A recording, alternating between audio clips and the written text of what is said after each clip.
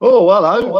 Oh, no. Oh, So, hello there, folks. I was trying to get my PC going, but I couldn't get it done in time. So I'm doing it on my phone. Hello there, folks. Paul the Hotspur hippie here. I hope you're all well. This is the only psychedelic soccer show on the internet. I've done a bit of Spurs talking this morning. I did. I called into the fan show on the Irish Hotspur, and I've just been on Jacob's United Spurs of America channel. And I don't know, today I'm in a mood where too much Spurs isn't enough. So, I thought I'd come on and do a bit here. Um,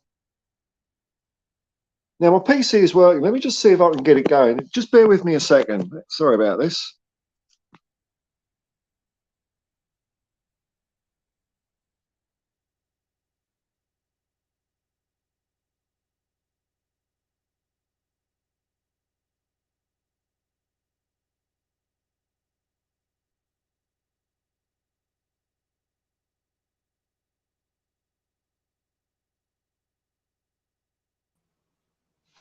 Hello. Is my sound working? Oh, it is. Yeah, it is. There we go. Oh no, there's two of me. There we go. He's gone. Good. All right. I feel more comfortable doing it on the PC. So if it does bomb out, I'm going to go straight over to this. So I don't know the talking points today. I'll just put up my little advert there as usual. There we go. Talking points in the last couple of days. Well, there was Harry Kane's comments. I've already done that one. I've vented my spleen about that one. Romero had an interesting comment saying that if Conte had stayed at the club, he would have been gone, which is interesting. So that just makes me think. I'm wondering if maybe it was not just Conte, but maybe Romero's default position might have been, I want to go and leave Spurs. So say if we got in Nagelsmann or a Potter, would they have been able to, or Arne Slot, would they have been able to keep Romero in the game and happy? I don't know, but it's another whinge for Ange. So I'm pretty happy about that. Now we've signed this Croatian kid. I've forgotten his name already because I didn't like pay much attention to it because of Brexit. He can't move to England for another 2 years anyway. But I like Croatian players. Super dobro, jebemti dobro, and I think that's exciting. I mean, he said, Luka Vuskovic. Okay, I got that one. Thanks, Matt. I'll come to all the comments in a minute, but thanks for cluing me in there. Apparently, a 6'4" behemoth at the age of 15, which bodes well. Who did I hear talking about it somewhere? Oh, well, let's hope he doesn't get too tall. I don't know. I like a big centre half, big scary centre half. Um, I mean, it's good business, I suppose, isn't it? We got in the door quick. If he turns it, it's a punt. It's one of those things. It's a punt. Who knows how the kid will go? But the early signs seem to be good from what the reports are, and other clubs were interested in him, but he only had eyes for Tottenham, which is a wonderful thing in my opinion. When you get a player that picks you. And what else in the news? Well, I'm looking forward to tomorrow. Let me just get the right time. It's what I'm talking about is the Premier League deadline to get your squads in. So it is Wednesday, the September the 13th. Is there a time? So I know if I've got to stay up late or whether I can go to bed and just wait till next day or. Of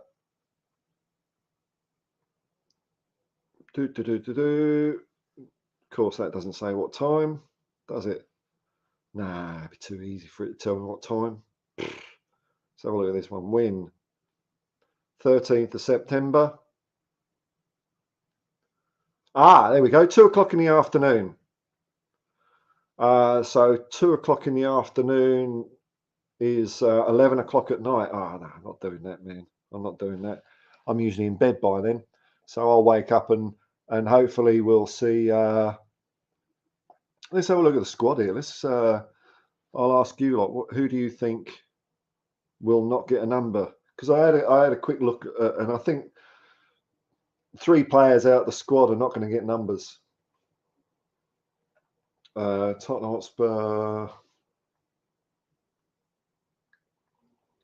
squad.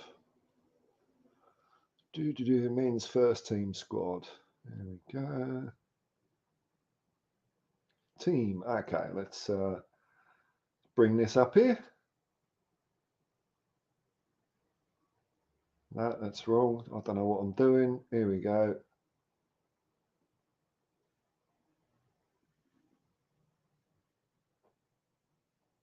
There we go. Does that come up? Yes. All right.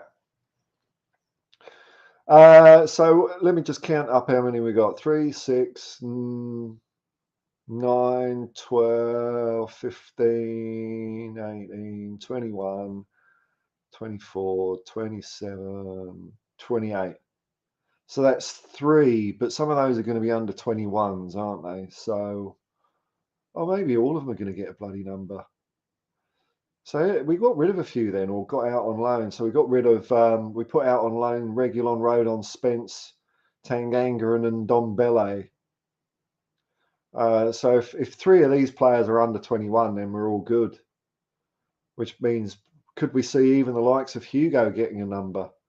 Hugo, well, there's 2 players there I would like not to get a number. I'm not gonna point any fingers at anyone. But I'd like to see them not get a number. Look at the cheek of him wearing the new kit. Wearing the new kit. Perisic has got the old one. Maybe that's an ominous sign. Who's got the old kit here? Let's have a look. Oh, all up to date. Up to date. Looking good. Oh, Ryan Sessegnon. Yeah, I understand that one. Perisic. Brian Hill. I wonder if there's a message in it. Perisic is going to get a number, isn't he? Of course he is. Of course he is. Let's see what. So I mean, just looking at that list quickly, I suspect there's a couple of under 21s in there. So I suppose if everyone wants a number, they can have one. But you know, sends a bit of a message, doesn't it? Oh well, we've got a small select crowd in there this morning. Thanks for joining me. I just felt like doing a bit of Spurs. I know it's 10 o'clock, 10 o'clock in Sydney, 10 o'clock in the morning. So I understand there wouldn't be too many people around. Probably the Australian crew are in, a couple of Americans, and some insomniac English people. So let's see who we got here. So I'll just go through the chat. If you want to chat about anything, I don't care really. But you know, if I get something to go on, I can talk. But if not, we could just part as friends and come back another time. Luke Johnson, g'day, Hotspur Hippie. G'day, Luke. Nice to see you. Matt H, hello, man. Matt H, fair. G'day, mate. Carl, you Spurs. Morning, Paul. Says backs to the wall. Only 4 more sleeps. Come on, you Spurs. I know, man. I know. Like last year, it's like, international break. I don't have to watch Tottenham. But this year, and it's probably one of the reasons why maybe the Harry Kane comments stung so hard with some people. They stung me a little bit, to be honest, because there's an international break going on. So you're like staring at a wall, aren't you? It's like you're in solitary confinement. You're going to go a bit crazy and go off on anything that happens. Maybe if we had a game on the weekend and those comments just came out through, you know, Das Welt or something like that, or Deutsche Welt, then we wouldn't really give a hoot. But already as we're marching towards the Sheffield United game, I think moods are lifting.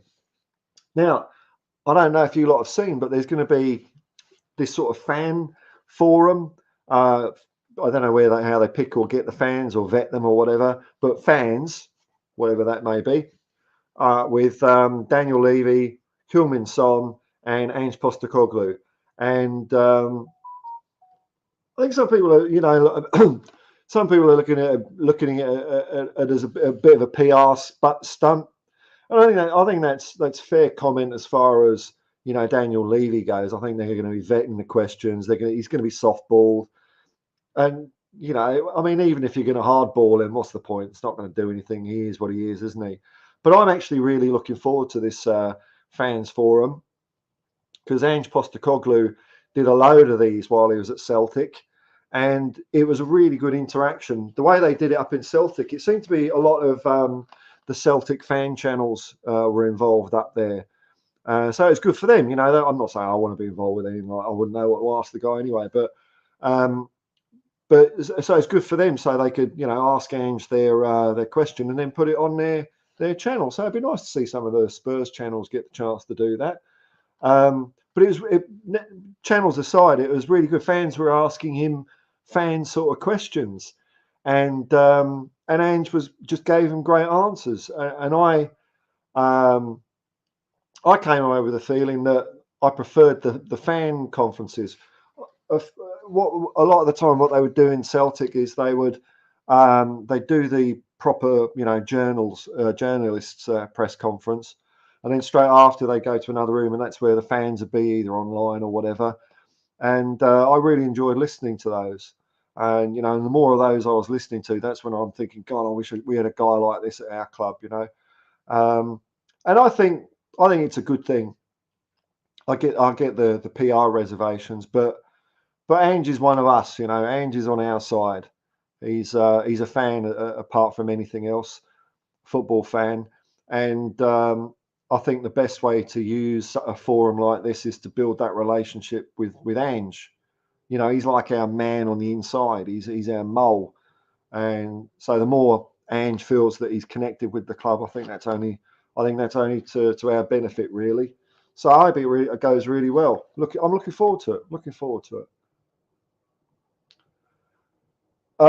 Luke Johnson, is Romero injured? Now, the last I heard about this, Luke, was last night. So I don't know if this is up to date, but there was something. There was a question mark over a knock, but then he was training with Argentina again. So, you know, it might just have been a little niggle or something like that from the best defender in the world. Not my words. Lionel Messi's words. And I don't care if he's the same country. Still having the best player in the world say that about you is a big rap. It is a big rap. And there's Matt saying it was Luka Vuskovic. So thank you, Vuskovic. Oh, I have to check my pronunciation on that. Vuskovic. I like to try and get my Helvetska right. Lenny Vial. Morning, matey. Happy Tuesday. Yeah, it is happy Tuesday. I don't know why, but I've got a bit of a spring in my step today. Last couple of days have been rough. You know, you have these days. But it's funny. Sun comes up one day and it's like, oh, everything's all right again. So, you know, funny old life, eh?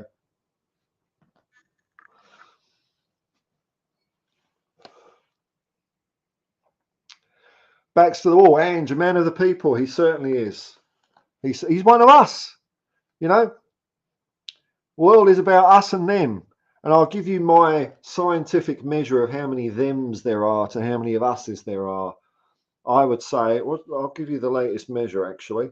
The way I know this is when I'm doing my Ubering. It's basically how many people don't give me 5 stars. How many people are never happy in the world. So that's 16 out of 500. So 3%. The current us and them measure, 97% us, 3% them.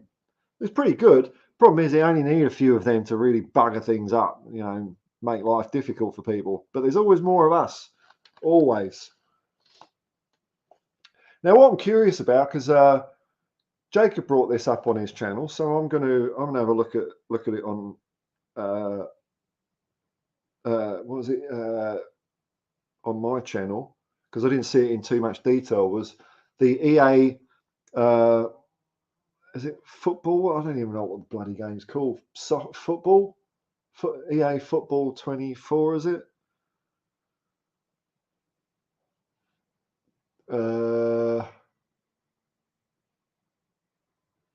Tottenham. Because these look well out of whack to me. Ratings, Tottenham. Tottenham ratings. So it's called EAFC 24 now. Okay. Let's have a look at this.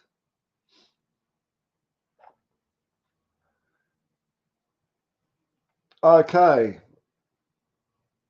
Have I just clicked on something rubbish? Nah. I've clicked on something rubbish. Hang on, maybe if I go to images. This might be it.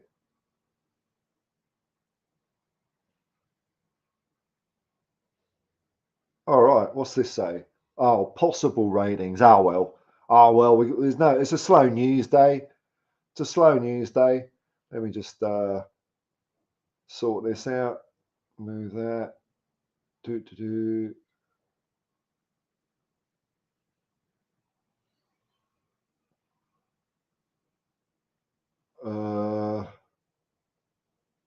I think that's it there, is it? I got the right one now. There we go. Professional streamer.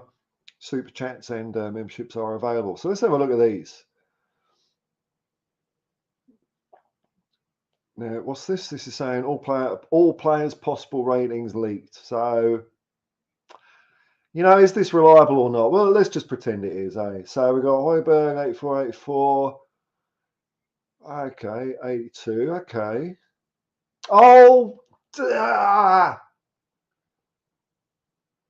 where did Jacob get his line up from? Oh well, let's have a look here.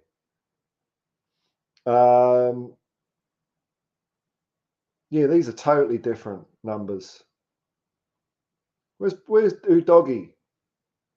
The one that Jacob had up on his stream earlier. It had Eric Dyer. Oh, let's get that off. I don't know what's going to pop up on that now. It had Eric Dyer being the same score as Destiny Udoggy. So maybe Eric Dyer will have a look at this and say, "Hey, Ange, look, my FIFA rating is 77. Can I have my place back?" No, mate, no. All right.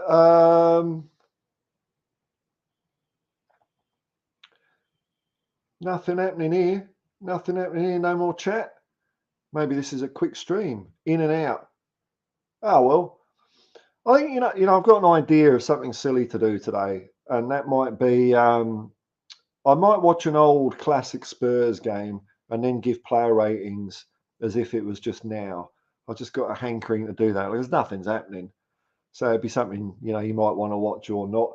I don't know quite what era I'm going to go for. I'm thinking of early 70s because out of all the Spurs eras from say 60 onwards, that early 70s period is say 68 to 74.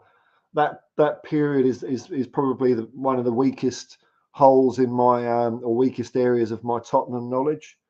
So I might look for a good thrashing or a good game somewhere around that area. I'm more inclined to go early 70s because I see players like Chivers and Gilsey in there, which I'd like to see more of anyway. But I want to watch whatever it is. I want to watch a full game of classic Tottenham. If you've got any suggestions, let me know. Now, is this chat just frozen or is that it? Sometimes it doesn't refresh for a bit. I know there's not many people in here, but that's cool. But that might be it. Hey, let me just go over to this other place where I can see it.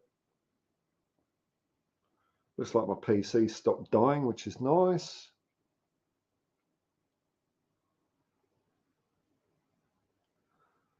Do.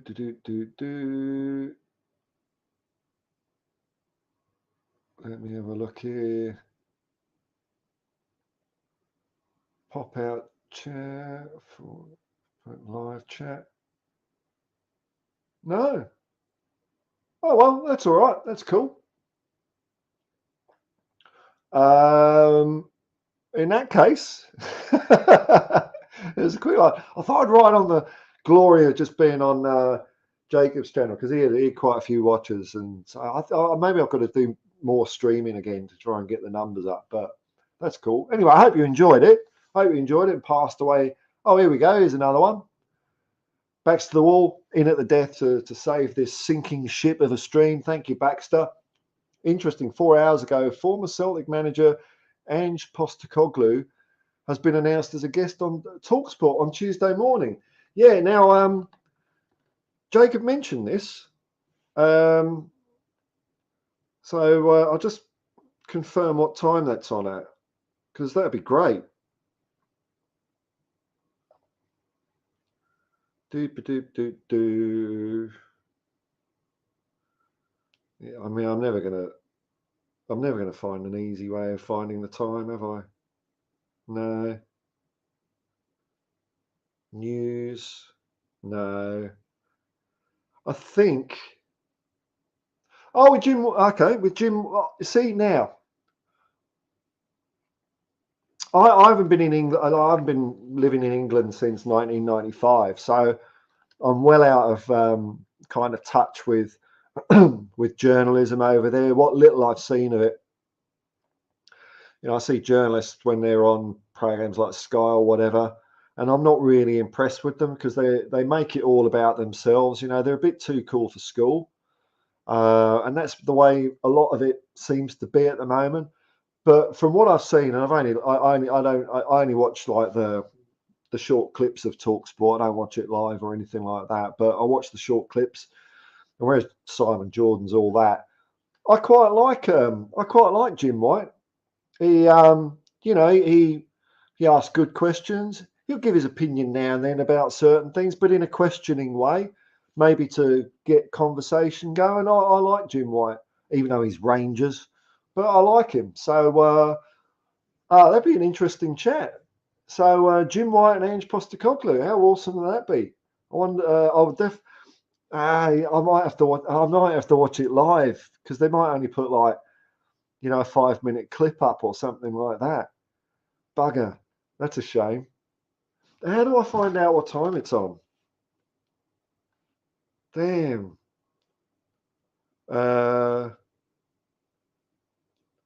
So Ange talkSPORT, Jim White.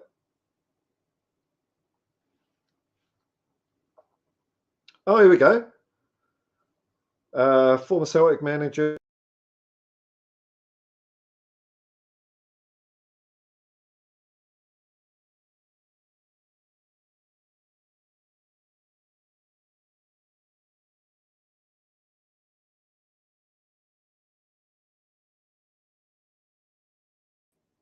Oh, hello. I hit the wrong button. That wasn't the PC. That was just, you know.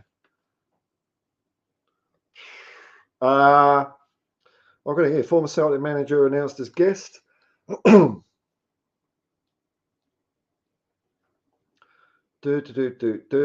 time? What time? What time? Doesn't say. I got to find this out now, haven't I?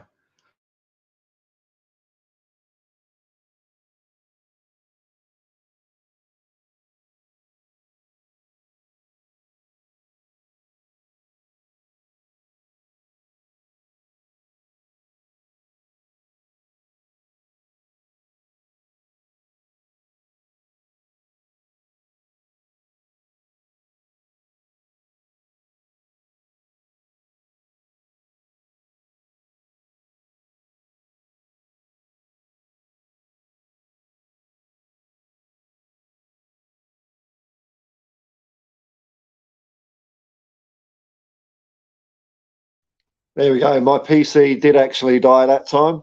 It will disappear off the screen in a minute. Maybe it won't. I'll just go and switch the PC off. Hang on a sec. Oh no, there it goes. It's fully sickly died. There we go. Technology. Yeah, 10 a.m. 10 a.m. I saw that they're back to the wall, so that's 7 p.m. Sydney time. So, wow, I'll look forward to that because you get the live stream on YouTube, which is good. Matt H, Simon Jordan and Jim White, 10 a.m. till 1 p.m. I wonder how long Ange is going to be on.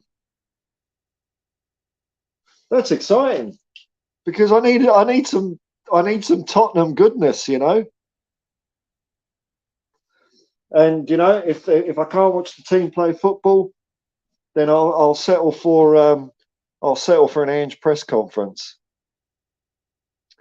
All right, folks. Well, we managed to get it through to half an hour just on a couple more comments. Thanks, backs to the wall. Thanks, Matt.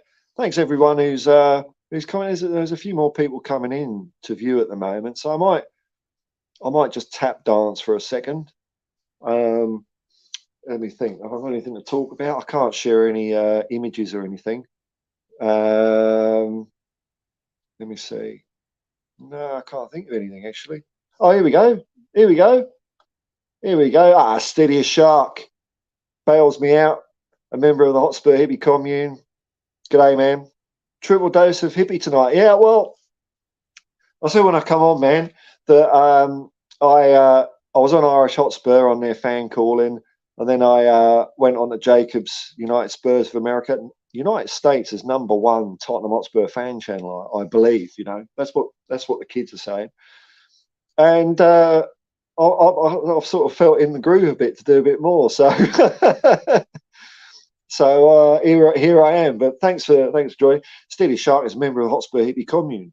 You know, if you want to support the channel, i.e. me, because the channel isn't a person, I'm a person. I love it when people reify, they personify abstract concepts. Like, oh, the club should know Eric Dyer's crap. Who's that then? What, Daniel Levy? You want him to make football decisions? No. Ange Postecoglou is the only qualified man. It's not the club. The club isn't a thing. If you want to talk about the club, we are the club. We are the club, much more so than the owners, because without us, there's no club. Bill Nicholson knew that. Without fans, there would be no such thing as professional football. So it's better to play the sort of football they want to see than what we want to see.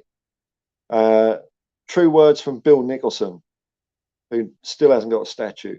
But yeah, thanks for popping in, Steady as Sharp. Oh, there's a couple more people coming in.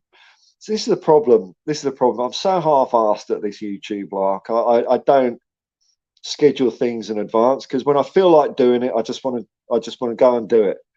And you know, so it takes people a while to find that I'm on. If you really want an answer around that, you can subscribe and hit the bell. But I don't like doing that because it makes my phone ding too much, you know. So I get it if you don't want to do that. So the most I probably schedule is maybe half an hour in advance because I know if I think, oh yeah, I'll do a stream tomorrow morning at 6 a.m. I might get up tomorrow at 5 a.m. and think, oh, I don't want to do it. So that's why I'm more spur of the moment, which is why I don't get too many people watching. But you lot know, you're the cool kids, you know.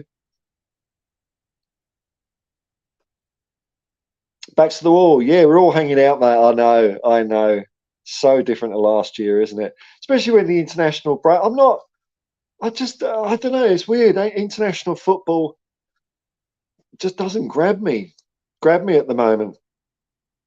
You know, and I've got 3 teams to support. I've got Ireland, who are crap at the moment, England, who, and Australia. I mean, Australia would be my in football. Australia would be my #1 team over the other 2. It doesn't mean I want the others to lose or not win cups and stuff, but I like the Australian team. I like even though I don't know a lot of the players, I know what they have had to not go through. That's an extreme way of putting it, but you know, football isn't the number. If you're good at sport, you're more than likely to get swayed into other codes like rugby league or AFL or cricket, or if you're a posh toff, rugby union. So if you stay the course on soccer, then it means it's in your blood, I think, you know, because you could certainly, if you're athletic, and a lot of sportsmen, especially at, you know, a young age, they, you know, once you've got that hand-eye ball thing happening, your options are open to many different sports you could play if you're skilled at that sort of thing. So you could earn a lot more money playing other different sorts of sport. And they choose to play football, or as we call it in Australia, and as they called it in England up until the 1980s, really, soccer. So because I'm 51, I'm allowed to call it soccer, not just because I'm Australian now, but also because I used to call it soccer when I was growing up as a kid in England. I know all you. I know.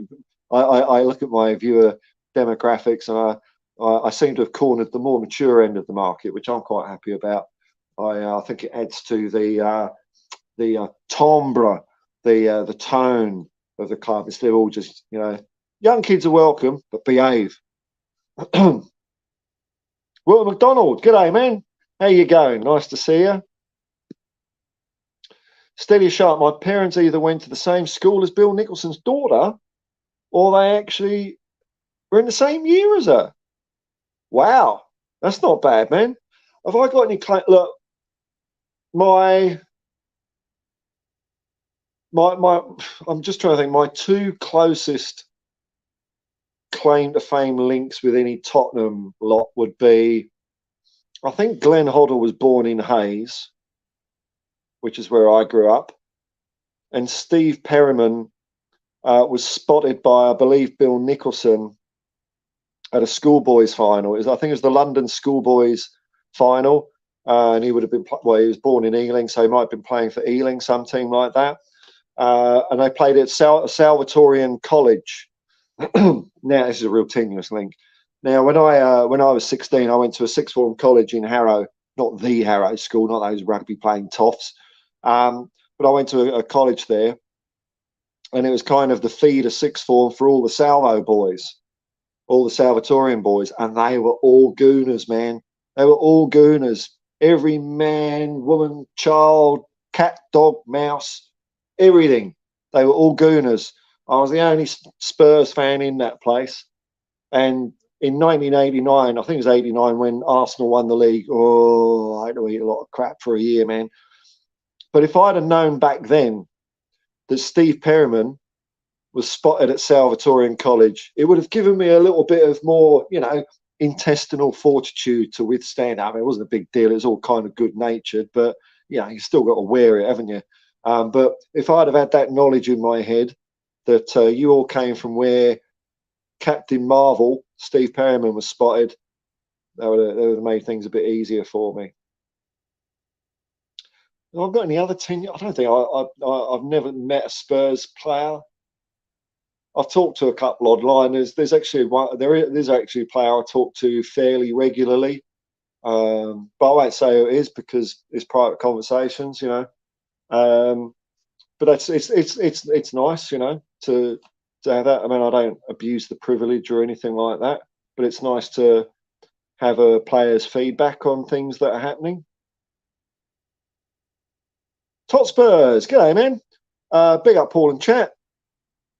Man, give me back our football. I don't like these international breaks. Yeah, I was talking about, I forgot about that. So, well, yeah, so, I mean, what's going on at the moment with England, man? It's just, I was having a chat with a mate of mine this morning, and he just said it. And you know what? I agree. Why not try Wichmann, the women's coach?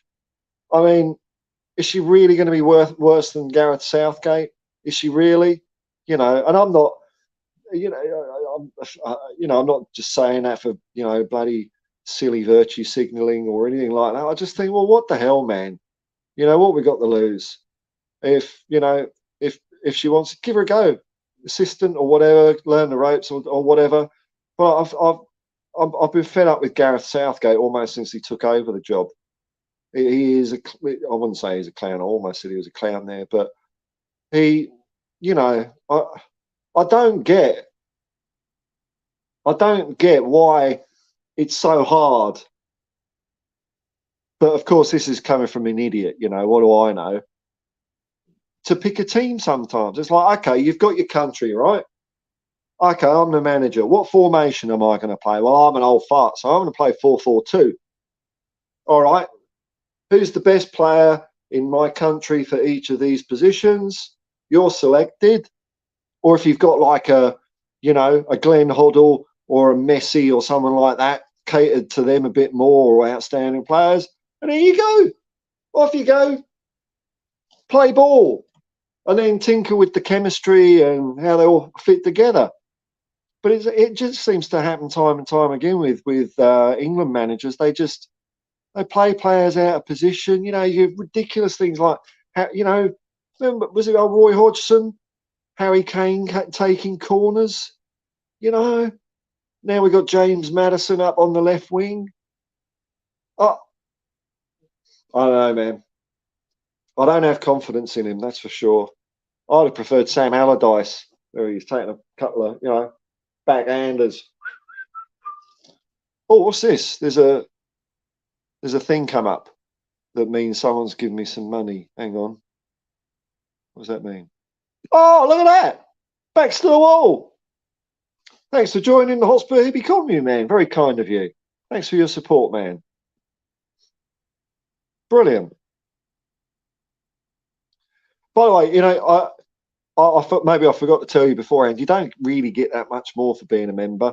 It's just the tip of the hat. That's why I made the membership, the lowest level, like, cheap, because, I'm a hippie man, I don't want to, count people out if they can't afford or don't want to pay, But if there's lots of chats coming along, then I do look out for the icons, I suppose. But you're not going to get like behind the scenes access or something like that. You'll get the odd thing now and then, but that's really kind of you.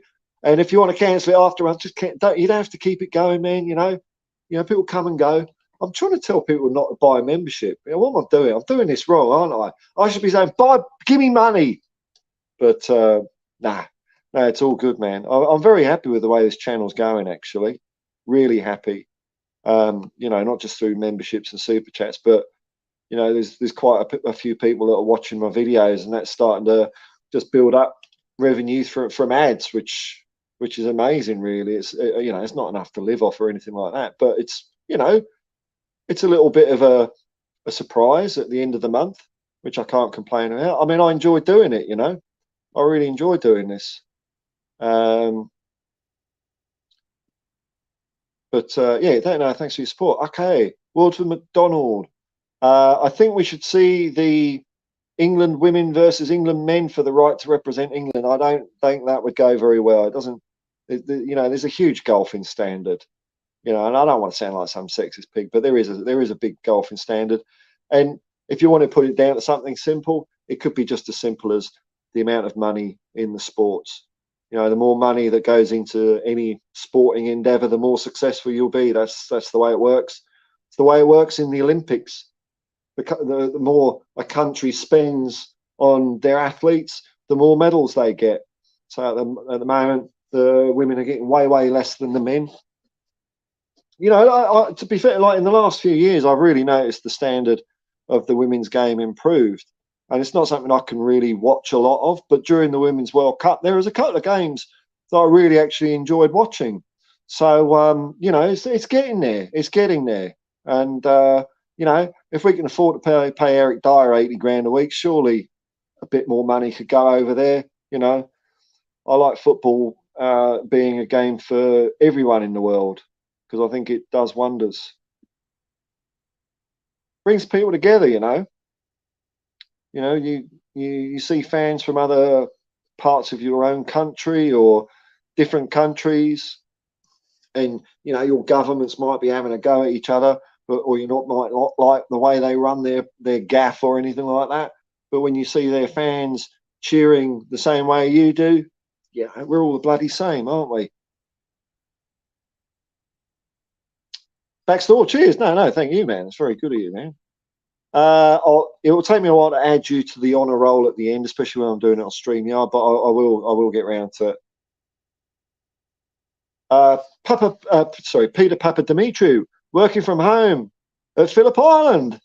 It's a good circuit, that. When I used to do esports racing, I did like Phillip Island. Very awkward track, man. Ooh, there's some quirky old bends in that one. My question is Richo factor. How many more games will he need to prove his striker abilities? It's a tough one, isn't it, man? It is a tough one. You know, I think Jacob put it quite well, and this seems to be the sentiment from the fans I've seen. No matter how hard nosed is, you don't want to see this happen to a guy, and I think we all want him to come through it and do good, but it's not happening at the moment, is it? It really isn't, and it didn't happen for him with Brazil. Will he come out of it? I don't know. Will he start at Sheffield United? I doubt it. I'd be, you know, I mean, you don't know what his mindset is, but given that Sonny scored a fantastic hat trick, you got it. Like all three of those goals that Sonny scored were beautiful. I'm just trying to remember. What were they? I can remember. Oh yeah, the first one. So it was a ball from, I think, Solomon to Son, took it, beautifully timed dink over the keeper, class finish. Second one was into the box from, I can't remember who, but Son was the guy in space, and that's something that Richarlison's got to work on more, is putting himself in the right place. Nice finish. And the third one was that run up the middle. You know, when people say he hasn't got his pace anymore, he still beat two defenders. Beautiful perfect pass from Porro, straight past the keeper. So when you see a player doing that at number 9, and then you compare it to Richarlison, he's just not measuring it up at the moment. Maybe he will get a shout against Sheffield United to see, but we've got options up front though, so I don't see why we need to, you know, persist with bringing him on at the start. And you know, imagine if he comes on, if he starts for Sheffield United on paper an easy game, and he doesn't do well again, then it's going to really do his head in. So I wouldn't be surprised if he came on as a sub after the game's stitched up, or we need some sort of a rejig up the front. But it's a shame. It's a shame. I mean, I was surprised we bought him. I don't want to be all, you know, I was right. I told you so, because I'm as wrong as much as I am right. But it was one of those purchases. I was scratching my head a bit about, you know, to give you an example where I was wrong. I thought Jed Spence was going to be a great signing, but I think Daniel Levy bought him on the same basis. I only saw him in 2 games against Tottenham, and that's why I was excited. I don't know what he was like in his other games. So you know, it didn't work out for him. I think he's at Leeds, isn't he? Bobby K, yeah, man, 3 Spurs boys. Big up Paul and everyone in the chat. Come on, you Spurs. Come on, Spurs. All right, there's a few people in here. I don't mind it being small because I don't get wankers coming in. You get trolls. You know, I don't see a point in that. You know, what's the point in all that?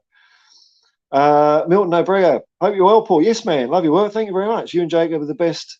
Love hearing your thoughts about Spurs and football in general. I enjoy streaming with Jacob, and I like going on his stream. I think he's a better host than I am. I've had him on here a couple of times, and he's always welcome to come on whenever he wants. But when he's kind of, you know, driving it, and I just sort of sit back lazily and chime in now and then, I think it works quite well like that. The other way around, not still all right, but you know, I prefer it that way around. So that's cool. But thanks, man. Dub Shaman, big up, Paul. Big up. That. Whoa, what was that? The Shaman. They did a bit of it wasn't Ease of Good. There was another song by the Shaman that I really liked. I've still got the CD single up there. Wasn't Ebenezer good? Boss Drum. That's the one I like. Boss Drum. I think I might listen to it after I finish the stream now. I haven't heard it for years. Thanks, man. Thanks for reminding me, Dub Shaman. Well, I remember the CD single was annoying because like one of those discs has got like 10 versions, and I can never remember which is the version that's the one that grabs me. They're all a little bit different. Wayne Bonner, g'day, man. Another member of the community. keep hydrated.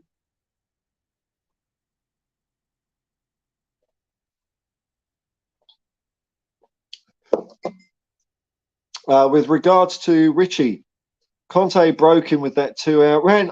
This is something, you know, it's something I mentioned on Jacob's stream. That thought crossed my mind as well. It just popped into my head, and I thought, is that 2-hour bollocking still rattling around in his head? I don't know. I mean, you'd want to think a person would be made of stronger stuff, but you know, we're all different, aren't we? And you know, a 2-hour rant would affect a lot of people. You know, from your manager, from your boss. I mean, I can workplaces where I've been on the receiving end of that, and it has like made me crumble. You know, made me leave jobs. Do that, you know. So I don't know. It's true, but it's a thought that popped into my head as well, man. He's destroyed his confidence. Richie's trying too hard instead of just playing football and enjoying it. Yeah. I mean, it's all speculation, isn't it? But it could be. It could be. Dub Shaman, yes, Conte was to Richie. Never been good since then. Yeah. I don't know. I mean, like last season was a mess, you know, it really was. And, you know, on the other side of it, you had Conte who, you know, when you lose a friend of 30 years, that it's not cool, you know. It's something you get used to as you get older, you know, like you know, 20 years ago, I'd have to go to one funeral every decade. And now it feels like I'm going to, or my friends are going to, you know, one every couple of months. So it becomes part of life. But, you know, if it's your close friend, it's, you know, it can be heartbreaking, you know. So maybe that, you know, didn't help Conte as well. Who knows, you know. Last season is last season. Brighter times are here now with Ange Postecoglou. Wilton McDonald, hopefully we will see Son start up top and just maybe room for Johnson. Now, something that gives me hope about Johnson, man, is I watched Last Word on Spurs yesterday or the day before, and they had a dude from Sky Sports on it. Bridges, I can't remember his first name, Michael, Mark, or Matt, something like that. Who's also a Spurs fan, and he said, according to a very good source of his, which, you know, just take him at his word, I guess, that Ange really, really wanted Johnson. So if Ange really, really wanted him, we might see something. You know, look at Mickey van der Ven or Vicario. Vicario went straight in, didn't he? Mickey van der Ven, he'd only just landed at Heathrow Airport, straight down the road onto the training bus, you know, which is great. I mean, that was great to see. Often we, you know, when transfers come into clubs, managers faff around for a few games, bedding them in and all that. But when they can get in straight away, it's fantastic to see, isn't it? I mean, we've got a couple of exceptions, like, you know, Phillips and Belleith are quite young, so it's gonna, maybe it takes them as long as it takes. But when you get a player coming in, they start straight away, or you know, come on as a sub straight away, I love seeing that. It vindicates the choice by the manager. And, you know, just on the incoming transfers we've had, I'm staggered how quickly. Not even that. I mean, we're playing brilliantly, but even that aside, you know, what we got, a changeover of kind of, was it 5 players from our first 11 from last season? So we've got Vicario, Udogie, Van der Ven, and then in midfield, Maddison. 4 I can think of. And then you've got kind of players who haven't done much, maybe, like Porro's taken. You know, those 4 players alone, I might be missing someone there. Straight in, it looks like they've been playing together for years. And I can't remember seeing something like that happen. I'm used to players like, you know, back in my day, the example I use would be someone like Chris Waddle, who it took him a little while to get going. Not that he was rubbish or anything, and he didn't do good things in games, but, you know, it took him a little, you know, a couple of pretty. It was a few months before he really became so good. It was unbelievable. Even the same with Paul Gascoigne. It wasn't immediate. It wasn't immediate. It was very. It's still very good, but to get fully fledged took a little bit longer. But you see, a doggy. I can't believe that guy. He can teleport past players backwards. It's brilliant. So maybe Johnson will start. That's a long-winded answer there. Mr. Moorcock. You get warring bankers. I'm sure you do. Yeah, banks. Steady Shark. I want to see the same Richie as on his debut with us, having fun with kick-ups and playing with certain freedom. Yeah. Yeah. But for whatever the reason, whether it's Conte or confidence or whatever, there comes a time. But you're right. If he could have more fun, it would have more fun. Oh, Mark, g'day, man. Mark Satoshi, nice to see you. I've been reading your comments on videos. I don't generally reply to comments on videos, but I do read them. Gives me things to think about. So thanks for. I mean, just because I don't reply to comments, everyone, doesn't mean I don't like read. I find them interesting. It gives me, grist for the mill. Just as far as commenting going, I'll be there all day. So chat amongst yourselves. I know Jacob makes a big thing about me not replying to comments, but because with some comments, and also, when you get the comments in the admin thing, it gives you these buttons to, with predictive text. So like it will say things like, "Hey, thanks," or "No worries," or things like that, and they would be kind of the things I would say anyway. And it's probably because they're on those buttons that I don't click them, because I think, well, that's half-assed anyway. It's like, I think in some ways it's better not to reply than just go, huh. When I reply, I want it to be me. That's why I don't bother. Sisha, I remember watching and thinking, bloody hell, we've got an exciting player there. Yeah, well, maybe he'll come back, man. Maybe. Well, McDonald, I'm pretty hopeful that Ange will help him through. If anyone can, Ange can, man. Michael Bridge, okay, yeah, he seemed all right. I don't think I've seen much of him. There's a cut of journalists, like quite a lot of the Sky Sports presenters, I find a bit, on the news, or on the nose rather. But yeah, Mark seemed cool. Spurs fan. Becky Nimcut, personal trainer. Hello, everyone. Hello, Becky. New name in here. Nice to see you. Backs to the wall. Ange hasn't wavered in his support for Richie. Hopefully it will pay off. Well, that's what he's saying to us. And I'm sure there's a certain amount of that behind the scenes. Unlike, just gonna, not very comfortable sitting this way. Let me see if I can get more comfortable. I don't know. There seems to be quite a few comments coming in now, so I want to get. That's better. There we go.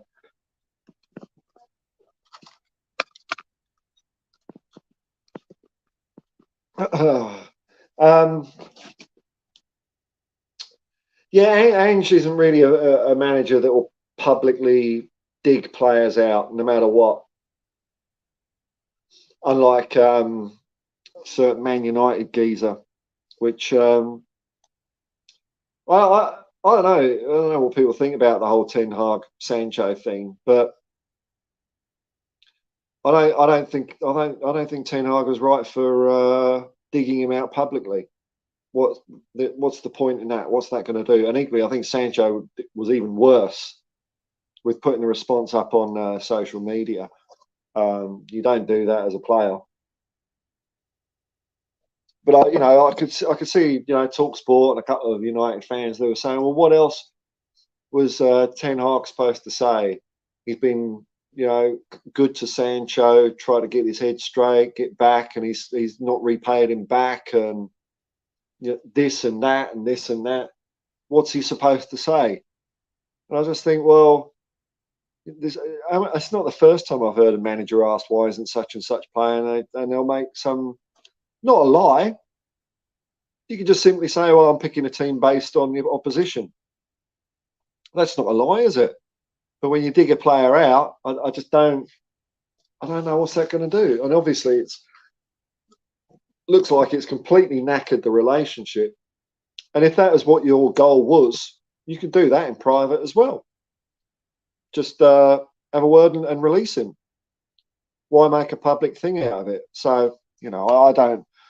Ange isn't like that kind of guy. I've heard Ange say it might have been when he was a Celtic manager. I've forgotten what the interview was. I've forgotten his exact words, but I remember that he said the word protect. He said something like, "It's my job to protect the team," something like that. And I like that. I like that in a manager. I like that in any sort of manager. When I used to work in the corporate world, that's when I was a manager. That's what I used to try and be. I used to call myself a shit umbrella. I just cop it all and let people get on with it. But that didn't last. You can't keep doing that in the corporate world. That's why I'm here with you lot. Better than a cubicle, eh? I mean, this is great, really. I mean, look, every time someone watches this, I get 1 cent. It's not a lot of money, but it's money. I'm just sitting back talking Spurs. So it's like free money, isn't it? Michael Bridges. Okay, he gave an excellent insight into the media interviews with players and coaches. Yes, man. So, yeah, I thought this was the case. You're saying a lot of players, they're very media coached. Can I say this? Can I say that? Make sure you mention this. Make sure you mention that. And he was quite positive about interviewing James Maddison. He said it looked like James Maddison is fully Spurs, which is great. Becky Nemcut. Let me know if I've butchered your surname there, Becky. Always want to get them right. Sorry, I'm getting blurry-eyed now. I was up at 4 a.m. today because I thought today would be the day I could get back in the Uber. But you have to do these education modules, and it takes them for a way to update that. So I'm taking another day off, and I'm itching to get back behind the wheel and earn some money. Not that I don't mind earning. It's about a third of a cent for a review. But I might have to have a bit of a snooze soon. I was expecting to be working and have a snooze here anyway. Okay, Paul, you're the only hippie I've ever heard of that don't believe in free speech. What kind of hippie are you, mate? Love the channel, by the way. Well, if ever that's a troll, isn't it? I love it when trolls give themselves away by saying free speech. So I'll tell you what you can do. You can go and make yourself another account and try and sneak back in. Bye-bye. Oh, there we go. Easy, isn't it? Easy. Free speech. Dear, oh dear. So obvious. I know who that is, by the way. And they're not welcome here. I'm making it clear to you, man. You're not welcome. You're not welcome to comment on my channel. So, like, when you persist doing it, you're doing harassment, aren't you? That's what you're actually doing. So just go away. Or, I'll just keep banning you. You've got no right to be here. This is my bus, mate. My bus.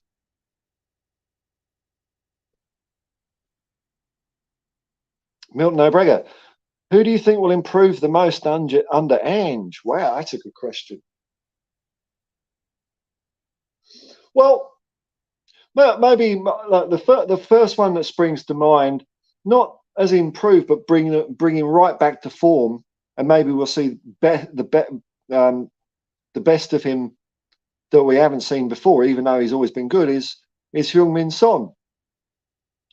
I think possibly he's coming out from under the shadow of Harry Kane.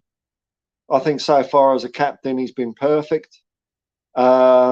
you know, like I said earlier, that hat-trick he scored against Burnley was superb, and I think he's got more to show, more to give. So Heung-min Son springs to mind. Let me just go through the lineup. I mean, we're playing so well though. This is the problem, isn't it? I suppose you could say Richarlison if he persists with him, because we haven't really seen. Let's face it, we haven't seen a lot from Richarlison. So that, I mean, if Richarlison starts getting goals, that's a big improvement, isn't it? You know, and I'm thinking of other players, and it's kind of bringing them back to their best as I go through, like Kulusevski. Maybe someone like Sarr, who I think I first saw him play in a match in January, earlier in the year, one of his appearances, and then he had a good game in the San Siro against AC Milan, and I thought he was great, and I was completely befuddled as why he wasn't played more. So it's a bit misleading because I thought he was that good anyway, but he's just showing more of that. And again, the other one that springs to mind, there's another couple of players that spring to mind, but again, it's compared to last year, it would be Romero, who's been superb. For all this talk about him being a rash hothead, 0 fouls this year, 0 fouls, let alone red cards and yellow cards, 0 fouls.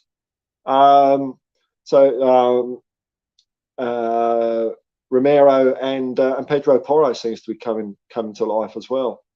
Hope that answers your question, man. But it's a good point because like Ange is a proper coach. You know, through him and his coaching staff, he does actually improve players. And I'd say Poch was like that back in the day. And like Redknapp and Yol are the ones you know, if I think of managers that coached the best out of players and got the most out of players, in my living memory, it'd be Birkinshaw. Please on 50-50 on, you know, because he had damn good players. So I'll go Birkinshaw, Venables, and then it's a bit of a gap. Maybe even Ozzy and Steve. I don't know if they were given a fair crack of the whip with resources and the culture that Alan Sugar was bringing into the club. I think they could have done much better at Spurs if it was a more football environment. And then you get on to Martin Yole, Harry Redknapp, Poch, and Postecoglou. And I think Postecoglou is right at the top of that lot as well. I think he's so, you know, he's so good. Warrior without master, the Ronin returns. Morning, host. I still have faith Richie can come good. Good man. Can't hurt, can it? He needs Ange to help sort out the demons, and he can be a devastating weapon for Spurs. Confidence is 90% of the issue. Sometimes confidence is hard to get back, though, isn't it? That's the problem. But equally, when the ball starts rolling, it starts rolling, doesn't it? So, you know, no, it's, you know, the game I really, I kind of felt for Richie and I was frustrated by him at the same time was the last game, Burnley game. Bournemouth, where I thought his first half was his best first half this year anyway, because he'd sorted out that hard first touch, you know, the ball bouncing off his shins, lack of ball control. That was the stuff he was doing. He got that sorted out. Yeah, he didn't score, but he was actually playing all right. But then, you know, the second half, things started overwhelming him. And, you know, that's the bit he's got to get his head around. Bobby K, to be fair, Paul, very few players change leagues and hit the ground running. Absolutely. Yeah. Even a change of systems can take time to adjust to. Yep. Look at Basuma. Yeah. That's why I'm surprised, man. I'm surprised. Like, I knew Ange was going to be great and get us far in, but did I think he'd do it after 45 minutes? That's what surprised me. You know, the first 40, and even in that first 45 minutes against Brentford, I could see signs of, okay, we're playing different here. But it was the second half. It was beautiful. So I'm amazed. I'm amazed. But you're right, you know. I mean, Basuma last year, you know, he wasn't the only player that underperformed, was he? But, you know, if it's true that Conte said he didn't understand the system, I mean, I scratch my head, man, because Basuma's a beast this year. Great to see. Hypothetical question. Oh, I reserve the right to ignore hypothetical questions, but I'll have a look. Let's have a look. See what it's like. What you got for me, Peter? Would you swap Ange Postecoglou for Gareth Southgate for England to win a World Cup or Euro? Personally, Southgate to me, a terrible manager, tactical aspect. No, Southgate is horrible. No. The answer is no, though, because I want Ange to stay at Spurs. I want us to win stuff. You know, my loyalty to England. I'd like England to win a World Cup. There's no doubt about it. But I don't know. I'm kind of. It's probably because, you know, I haven't been living in the same country all my life, and I've, you know, got an Irish heritage as well. That I'm more of a club person than a country person. So no, hands off England. Ange stays with us. Milton O'Bregor, if you could have a player for Spurs that currently plays for a rival now, who would you have? It's a tough one for me to answer, man, because I don't watch a lot of football outside Tottenham. And also, it does take my opinion of them. I mean, the last time I saw a player that I thought, oh yeah, he's good, was Basuma. It was, you know, when we played Brighton, Basuma was just the best player on the pitch by miles. So he was an exciting signing. At the moment, I probably have to watch a few more games or highlights or see us play more people. Just trying to think out of the opposition we've played so far. Brentford, no one really. Man United, definitely no one. Bournemouth, no. But look, Burnley had I can't remember their names, but they had a fairly sprightly couple of players up front. I think Burnley are going to. I've got hopes for Burnley that they're going to turn a few heads this year, because they're attempting to play good football, exciting football. It's an incredibly young team. I heard somewhere the other day that their average age is 24, which is even younger than Tottenham. Although, you know, if you take Heung-min Son out of our side, it probably drops our age to the high 24s as well. But I can't remember their names, but there were a couple of players, and I'm assuming they were. I'm going off my memory here, so it's going to be a bit wrong. They had a player on the left. They're up front. The player that played forward and left, and the one up the middle, they look pretty good players. But would I have them in Spurs over who we've got? Probably not. But as the season goes on, now and then, you know, if we play a team and some player kicks our ass, then yeah, I'll put them onto this. But I'm enjoying the balance of our side at the moment.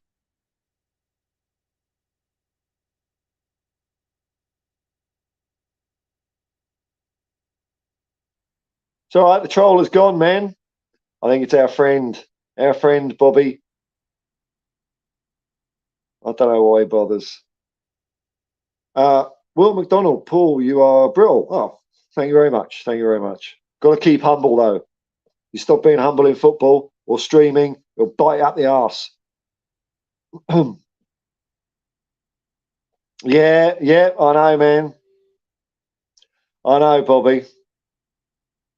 You know, I don't understand it. It's like, I can't remember it ever happening to me, but if I was on a YouTube channel and made a comment and I got banned, then I just go away. But some people just can't take no for an answer, can they? You know, there's usually something not right in the head. You know, you can spot bad eggs when when you say no to them. They get a bit weird, persistent, obsessive almost. Steady shot. I might ban Bobby now. Steady shot.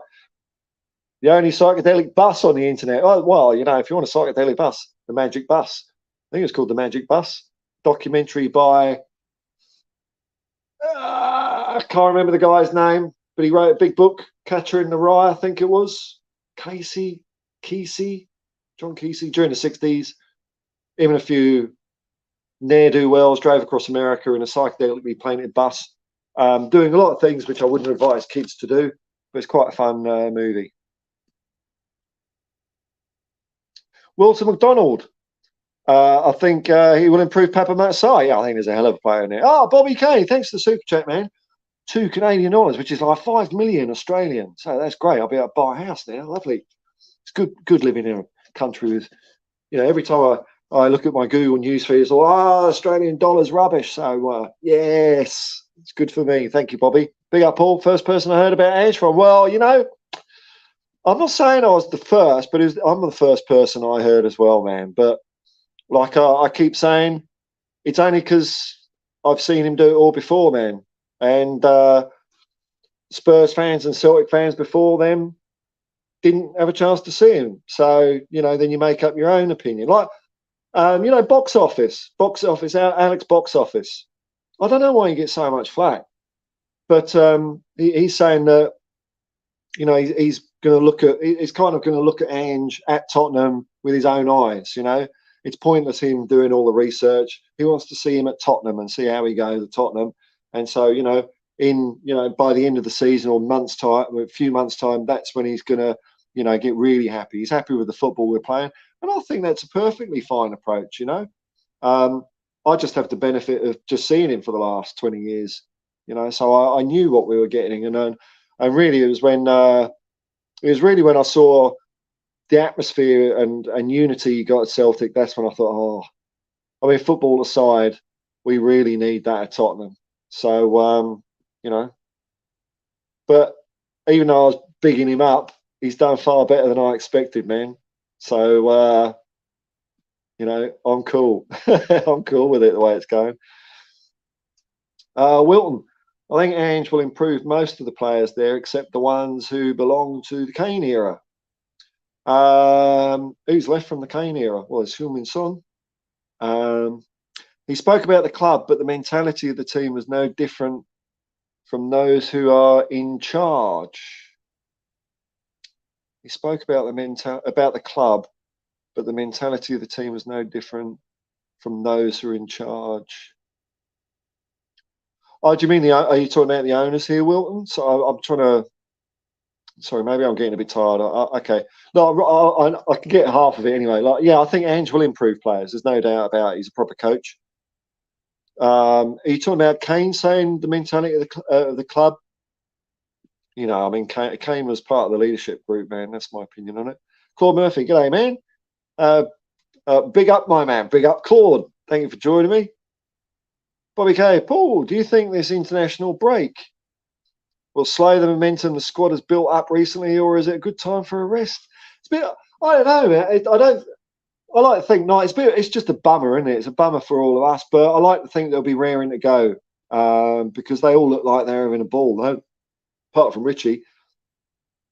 Even like the last couple of years, even like Spurs social media was pissing me right off.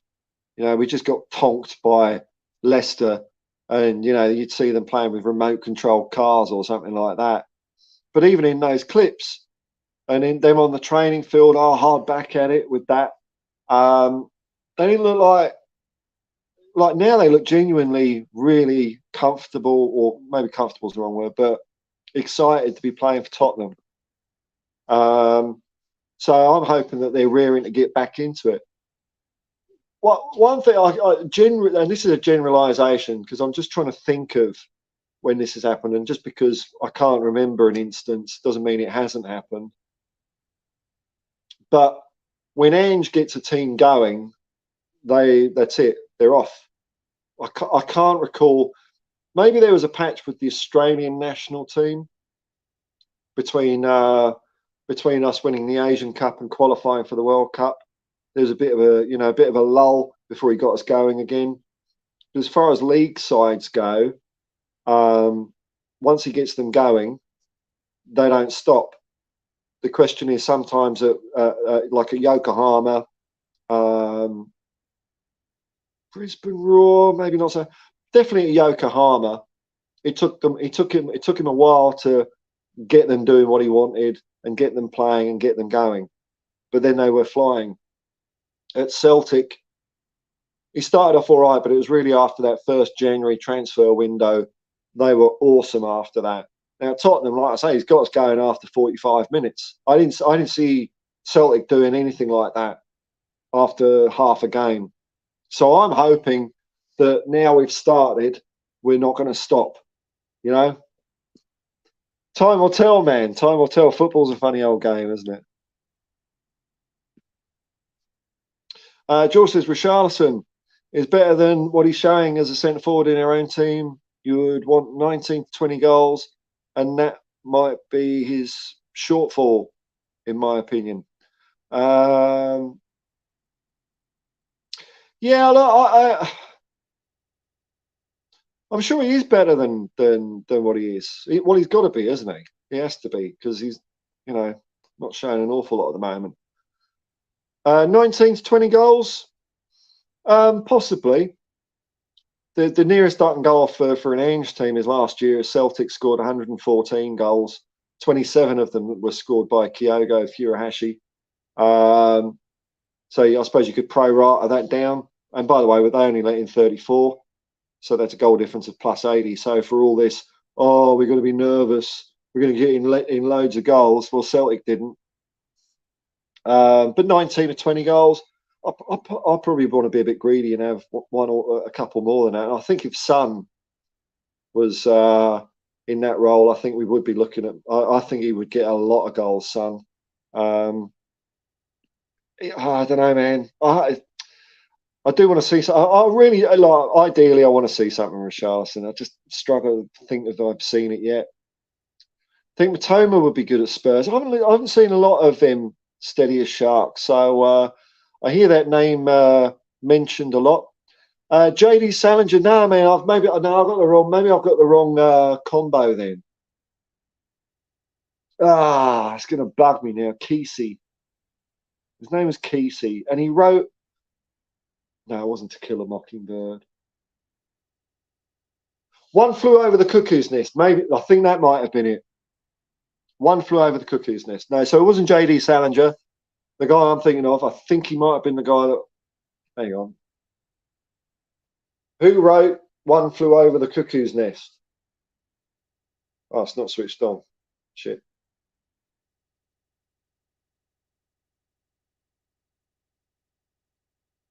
Have I got mute on? Yeah, good. Okay, I'm seeing if my Chromecast is good enough to do this. Who wrote One Flew Over the Cuckoo's Nest? Yeah, Ken Kesey. There we go. It's Ken Kesey. There we go. Mystery solved. Wrong book. I knew it was like, crazy book. Mark Satoshi saw a replay of Son's third goal in the Burnley game. Oh, Pedro Porro. Brilliant. It was, man. That was amazing. There were 16 quick passes from the back line before the goal. Absolutely brilliant. That's what I'm enjoying about our goals as well, man. You know, last couple of years, it's been reliant on absorbing pressure and hit the ball over the top and counter attack and all that while we're being pressed. And that's probably one of the reasons why we're letting so many goals, because our defence wasn't up to it. I think we're playing. We're creating beautiful team goals at the moment, man. And that's what it just reminds me of old Spurs from the early '80s. I'm literally watching games with just a massive, amazed grin on my face, because I'm just astonished at what I'm seeing. And it's. I mean, we've got everything. It's champagne football, isn't it? We've got flicks, back heels, players making themselves available. You know, we had a lot of last year, and we had it in the Fulham game this year. Players hiding a little bit. You know, we had a lot of that from our midfield in the Fulham game. You know, they would run because defence were struggling to get the ball out. And midfield weren't coming back. They'd come back and then pass the ball straight back to defence instead of taking it on the turn.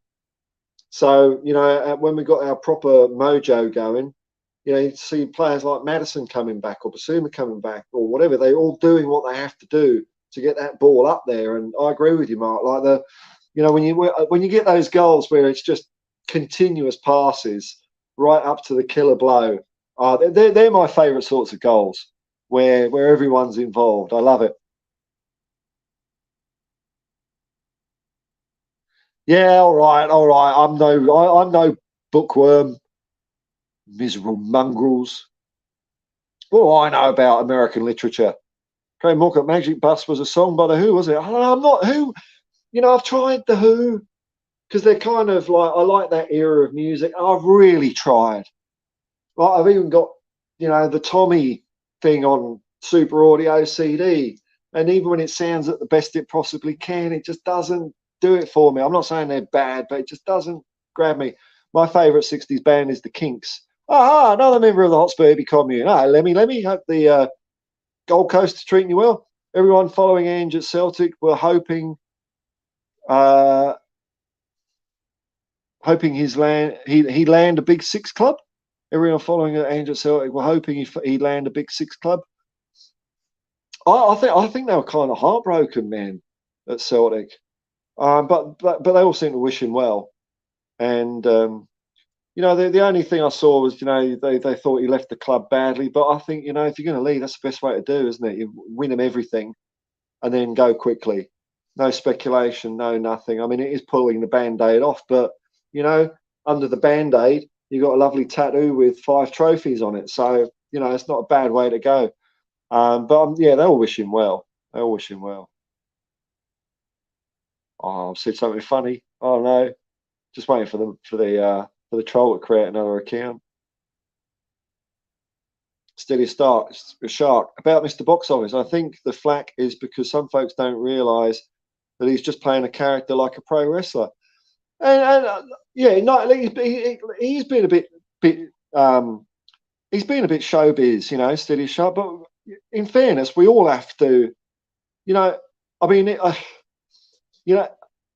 I could say this is me, but when the camera's off, am I doing this? No, I'm lying on the couch or doing something. I'm kind of like this when I'm with friends or so, but I'm very conscious that I do maybe have to amp it up a bit. It's still me, but it's me just amped up a little bit. So I think it's the same with Alex. He's not being false or anything like that. When you, I don't think that's what you mean by character, but he's like be entertaining. That's what I want to do. I want to be entertaining, so that you enjoy what you're watching. It's not.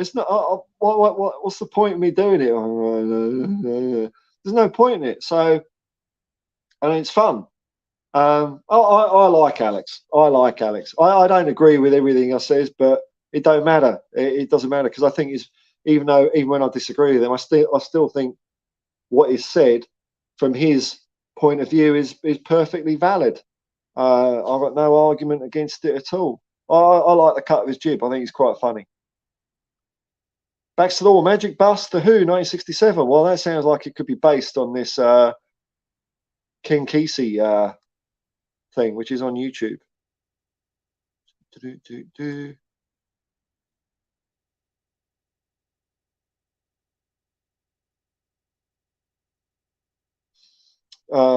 Anyway, was another Bobby K. I'll just respond. I know you're talking to each other, but I rarely butt in the middle of a conversation because it's rude. But for those that know, Alex is genuinely one of the nicest people you'll ever meet. Yeah, no, I like him, and I've seen him.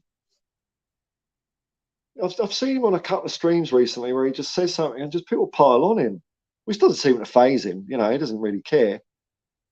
But me watching it, I don't like that because I think the other people sometimes aren't playing a character, or maybe it's a character I don't enjoy. It's too aggressive and debate lordy and stuff like that. What's the point, man?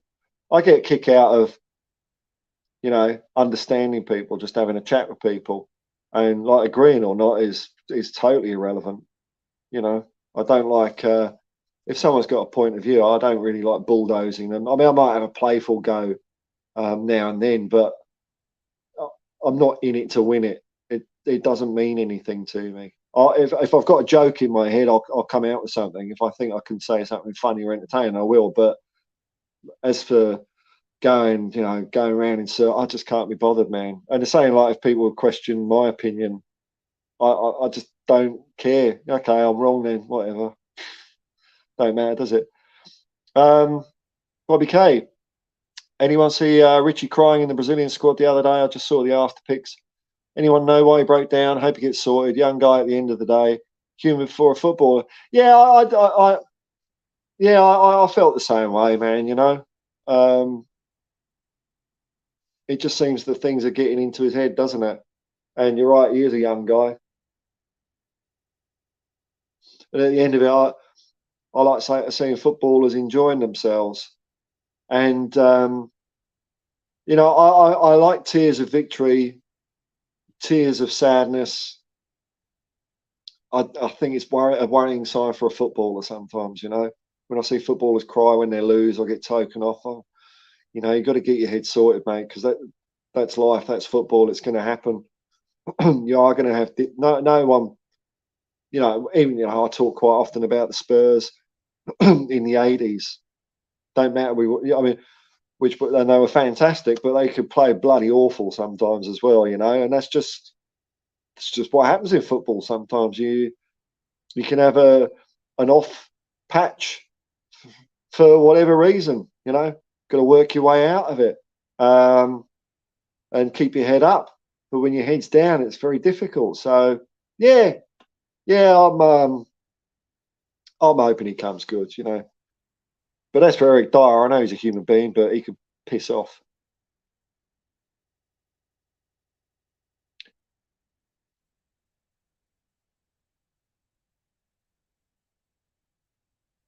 I'm just going to have a quick look at your.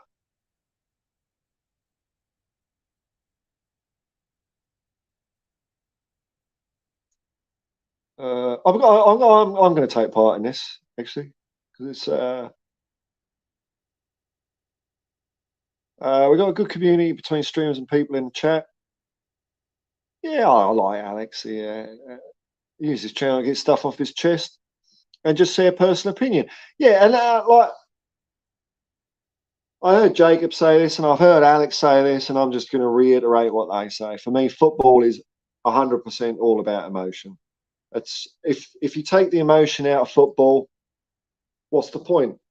Why would I? What if there's no emotion in it? Why am I watching it?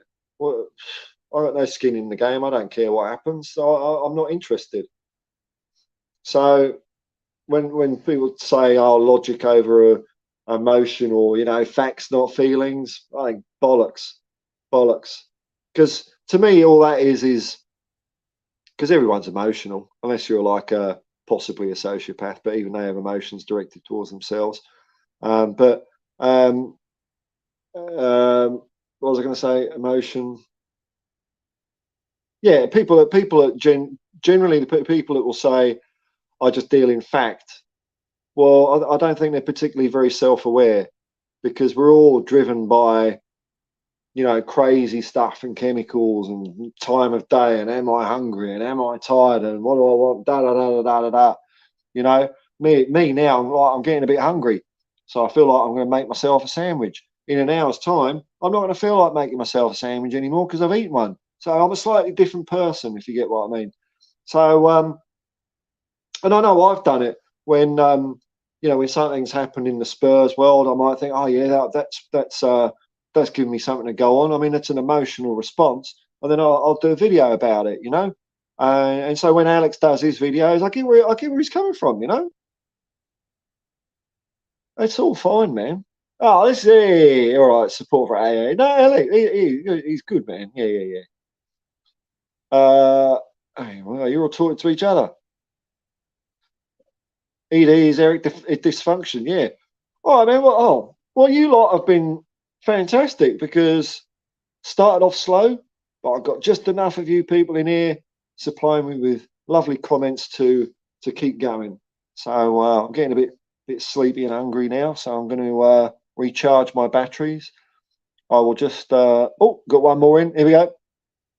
After Delhi revealed his inner struggle, I will not judge Richie. We don't know what he's feeling or coping with. Bless Richie and wish him well. Yeah, I mean, there's a line there somewhere for me that I don't know quite what it is, man. It's like maybe it just comes down to effort. I think we can all see that Richie's trying. You know, he's not disappearing, is he? He's trying to play. It's just that whatever he's doing is letting him down a bit at the moment, and that's upsetting him, or something's upsetting him, or whatever. And he seems to be getting really quite down about it. So yeah, I agree with you, but but just because someone has a bad performance, I think it's still fine to criticise. And I can say this as someone who, you know, I suffer from severe depression and anxiety and social anxiety and all of it. Box of ducks, man. You should have seen me yesterday. Oh, what a nutcase! And I know it's very that state of that well, what I know from my experience. I mean, everyone's different. That is a different thing to you know, just being criticised. You know, being criticised isn't going to set something off.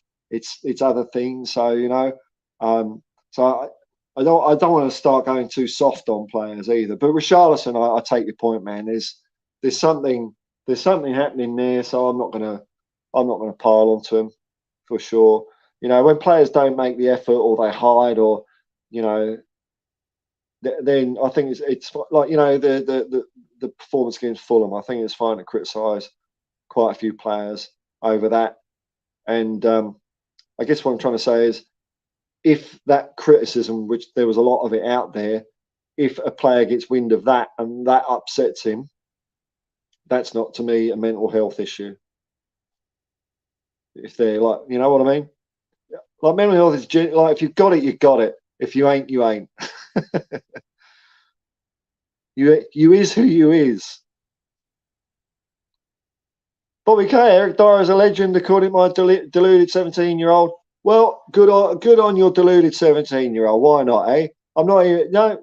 And this is like, you bring up a good point there, Bobby, without even bloody well knowing it. That's how good you are at commenting. I can keep talking for another few minutes here, because I do hear channels saying things like, well, you know, we all know that such and such is. We all know that Eric Dyer's rubbish. Why does Ange have to, you know, play him? Blah blah blah blah blah. Or why does it take so long for Ange to work out that Sanchez is no good? Because we all know that Sanchez is no good, and there is no we. You know, again, it's like personifying something that doesn't exist. We're a load of individuals, 100 different Spurs fans have 100 different opinions. And what's Ange supposed to do? Somehow, like, talk to them all? And, you know, he made it very clear from the outset he's going to make his own opinions. He actually said that he's going to make his own decisions. He's not going to listen to anyone else. So that's why I bring your 17-year-old. Your 17-year-old likes Eric Dyer? Perfect. Why not?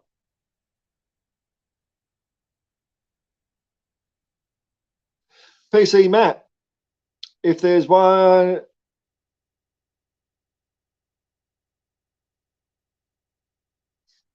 If there's one who deserves to cry in that, it would be Jesus, seeing a player like... So I read it a bit ahead and I'm thinking, where's this going? But it's okay, Jesus. Seeing a player like Richarlison start over him, but nobody cares because he didn't cry. He's an Arsenal player. I couldn't give a shit. Steady shot, time for me to sleep. 2 hours to go. 2 hours to go. To what? To what? What's 2 hours? Don't just say that and go. 2 hours? Oh, 2 hours ago. Right, 2 hours ago. Sorry, it's all right. You're free to leave. Free to leave. I'm going cross-eyed. 2 hours ago. Oh well. I hope I've tried to help you fall asleep, man. I do that often.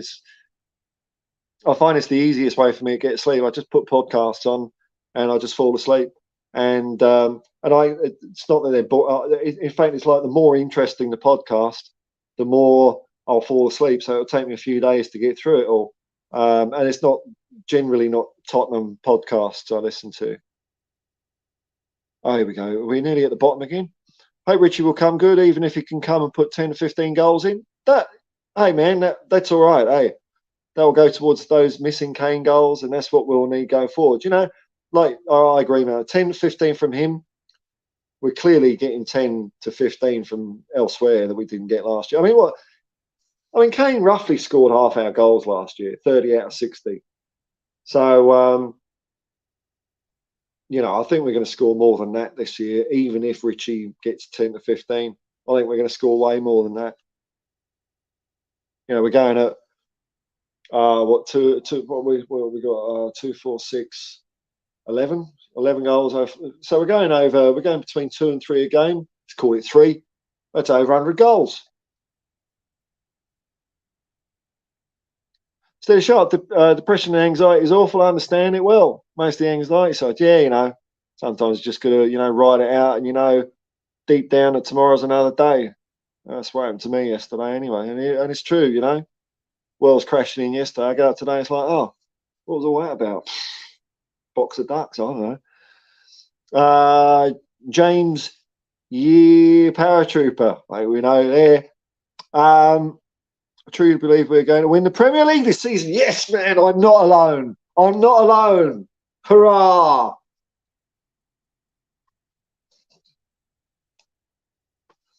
As I, you know, I did have a vape thing somewhere, but I don't know what I've done with it. Hang on. See, I'm getting twitchy for nicotine as well.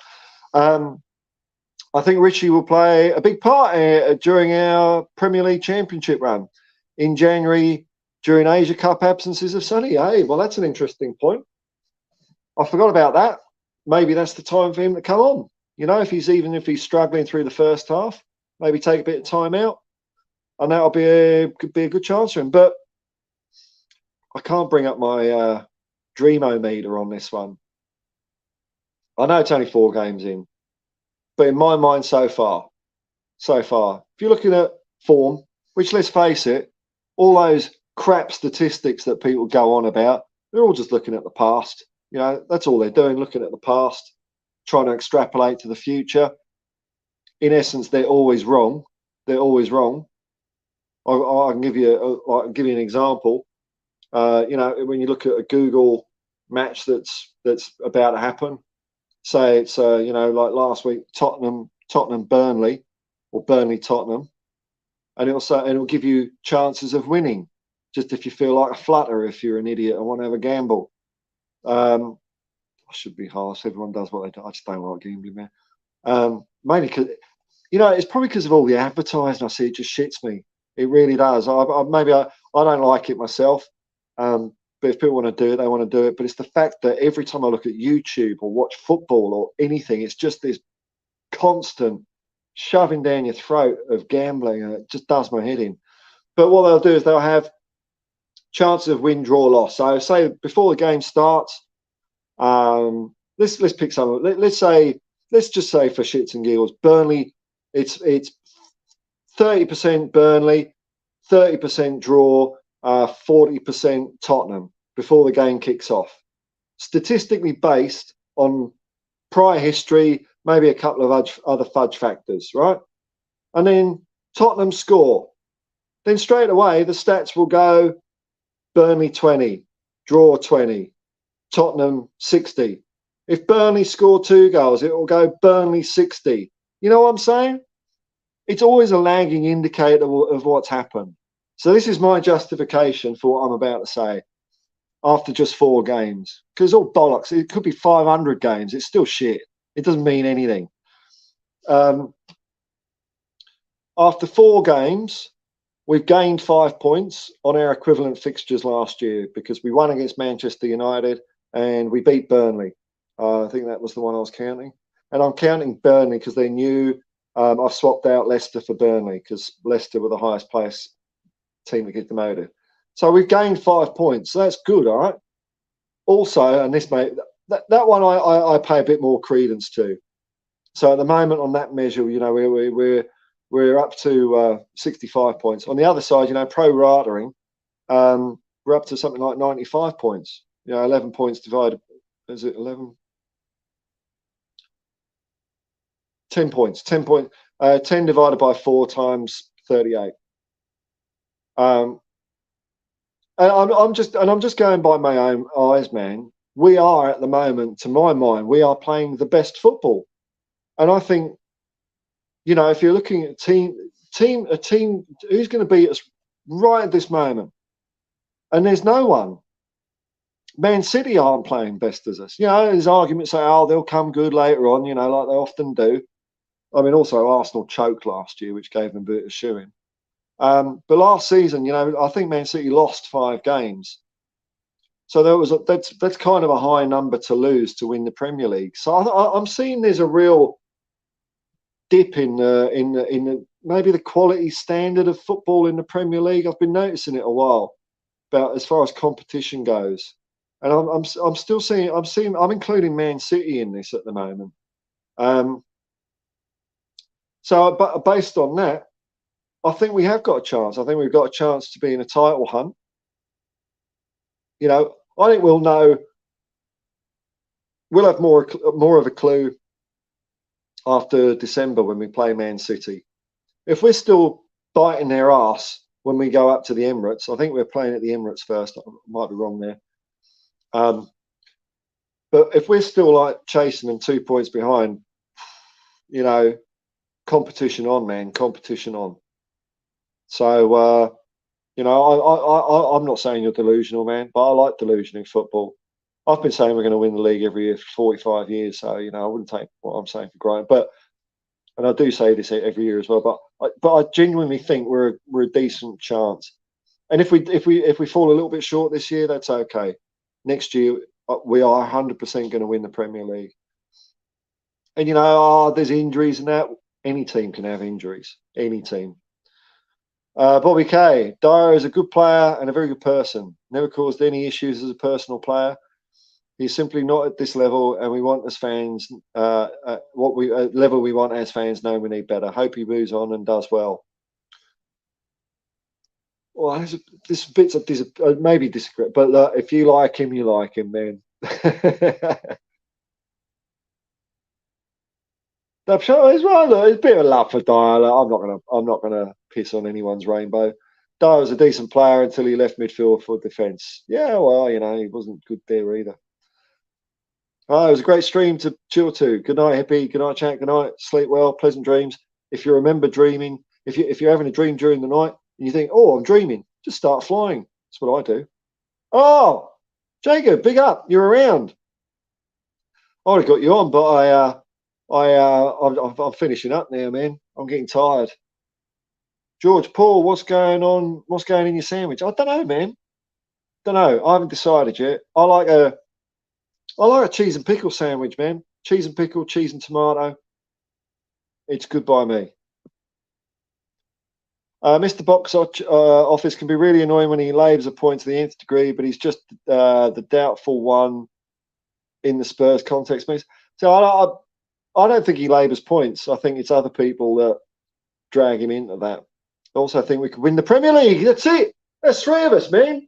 That's a cabal. That's a movement. That's momentum amongst the fan base. It starts with us 3 and then permeates before you know it, everyone will be saying it. And you know what? I get personal satisfaction over saying we're going to win the league and Tottenham Hotspur's the greatest team in the world. I love saying it because not only because it annoys other fans, people that don't support Spurs, and people will say, "Oh, you haven't won a trophy. You haven't won a trophy forever. How can you say the greatest team in the world?" And my answer is, if you've got to ask how much it costs, you can't afford it. What I mean is, if you've got to ask the question, you ain't going to get my answer. So it's pointless.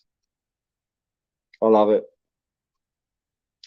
Paul, I'm vaping tobacco and bourbon, e-liquid. Very nice. Sounds very sweet mix there. James, your paratrooper. Sonny is on pace to bring back 28.5 goals this season. Okay. Have you done a pro rata on that, have you? Why not? Perfect. I think you could score 30 goals. Well, if you played like you did against Burnley, you will. Might get a few more. Tottenham is on pace, 95 points. Yes. Yeah, that's the pro rata, man. That will slip and slide around a little bit. All right. Oh man, you lot are all banging in the comments, man. That's good. You're all chatting to each other. I can ignore those. Toasted cheese tomato with a touch of garlic salt. That does sound good, man. You know, I've never even. You got me thinking here, but I always like little things like this because I'll just have a cheese and tomato sandwich with a bit of salt on it. But you've said garlic salt. That could be arranged. I reckon that'd go really nicely. Because the other thing is, I like cheese and onion sandwiches, so that might bring a little bit of that kind of essence into it. All right, sold. I'm gonna go out the shop and get that. Go and buy some garlic salt. Think Haaland will not win the Golden Boot this year. Pepe was making a show trying to humiliate Haaland after their match in front of the camera. Is that right? Pepe didn't appreciate Haaland's contributions. I didn't see that. I mean, like Haaland seems like a good kid to me. I think Son could get more goals than him though. How you start is not how you finish. It annoys me that people are just writing Richie off so early. Pleb mentality. Yeah, well, you know, I think look, and it's not about like we've still won for 3 games and drawn 1, haven't we? So it's not like he's cost us anything. But, you know, even the Brentford game, it took us all a while to get going. So he's not cost us games, I don't think.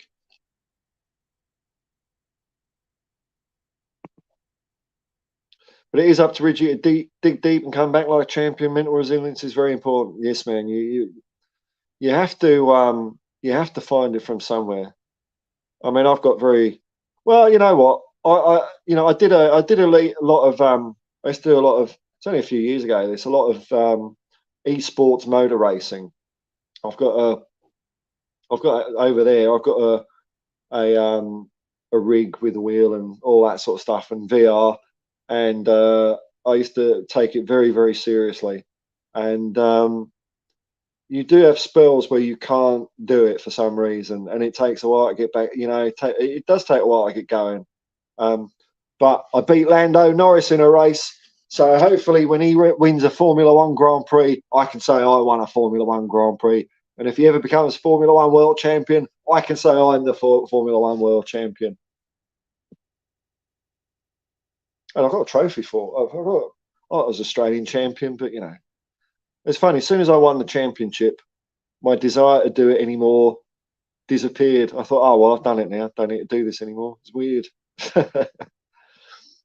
Let me. I'm still hoping for the treble, including the Tiger Cup. The old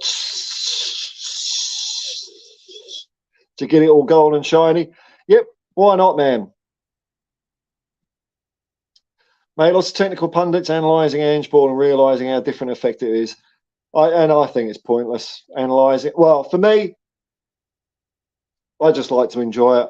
I've used this analogy once or twice, but it's like, to me, it's like you know, hearing a bunch of musicians improvise and create a piece of music, and you enjoy it and you love listening to it, and then someone will come along and analyse it after the fact and maybe put the dots on the lines, and other people can play it and all that, and tell you what they were doing, but really they were going with how they felt. You know, that's what the music was doing, and I think that's the same with football. So there's kind of a, you know, a spirit or a flow to a game of football or a team, and I get it that Ange will give them clear instructions on, you know, what to do. But, you know, did Ange say Destiny Udogie do a back heel on the edge of their box? No, you know things like that X factor, and that's what I'm enjoying about this style of football. I like the unpredictability in it, really. I don't know. Okay, back to the wall. I believe we're ahead of the pack. I do too. Three-legged dog. I think Ange and his team are building towards a dynasty. It might take 3 years to start happening. Team be full, young, fast, adaptable players. I mean, you've got some words I like to see: adaptable, fast, and adaptable. I like versatile players. That's why I was quite keen on Van der Ven. I think you're right, man. Hopefully he'll be here for the long haul. I really hope so, because we're just going to get better and better. James, I really like Haaland. Ange recruiting for Spurs as Sané's replacement. I think he's got isn't he got a release clause or something? Like he wouldn't actually cost 3,300,000. So old I am. I said 3 million is a big number there. It's like Dr. Evil saying $1 million, isn't it? 300 million. I'm winning the league one step at a time, one brick in the wall each week. Team needs to live in the present to win. Yeah, see, it's just the next game that counts. All about consistency to win the league. It's a marathon, not a sprint. All right, folks, I've been going now nearly 2 hours. And thank you very much for your company. It's been a lot of fun. Whether I'll do a video today, I'm undecided or not. I'll probably be doing one tomorrow. And I'll see you all later, eh? So until next time, thanks for joining me. Peace and love, man. Peace and love. And come on, you Spurs.